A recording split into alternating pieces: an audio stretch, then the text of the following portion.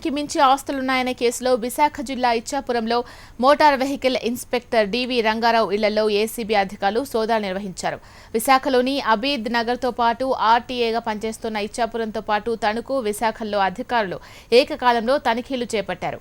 సుమారు 2 కోట్ల వరకు అక్రమాస్తులు సంపాదించినట్లు గుర్తించారు. కుటుంబ సభ్యులు, బంధువుల పేర్ల మీద బినామీ స్థిరాస్తులు కూడబెట్టినట్లు ఏసీబీ డీఎస్పీ తెలిపారు.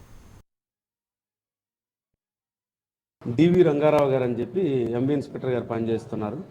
వారి ఆదాయానికి మించినటువంటి ఆస్తులు కూడబెట్టాలనేటువంటి ఒక అభియోగంపై ఈరోజు నిన్నను వారిపైన ఏసీబీ సిఐయు ఏపీ అమరావతి నుంచి ఒక ఎఫ్ఐఆర్ రిజిస్టర్ చేసి అతనికి సంబంధించినటువంటి ఇల్లు ఇక్కడ అబీద్నగర్లో ఉంది, అక్కయ్యపాలెం, ఆ ఇంటిపైన, అలాగే అతను టెంపరీగా ఉంటున్నటువంటి ఇచ్చాపురం చెక్ పోస్ట్ దగ్గర ఇచ్చాపురంలో ఉన్నటువంటి ఒక హౌస్ని, అలాగే వాళ్ళ కన్నవారు అంటే వాళ్ళ సొంత తండ్రి గారు వాళ్ళు ఉన్నటువంటి తణుకు దగ్గర ఈ 3 ప్లేసులు, అలాగే అతని ఆఫీసు, ఇవన్నిట్లో కూడా ఈరోజు తనిఖీలు చేయడం జరుగుతుంది. అతను ఆల్మోస్ట్ ఒక 2 కోట్ల వరకు ఆస్తి సంపాదించినట్లు, అంటే ఒక అపార్ట్మెంటే ఆల్మోస్ట్ 1 crore ఉంది.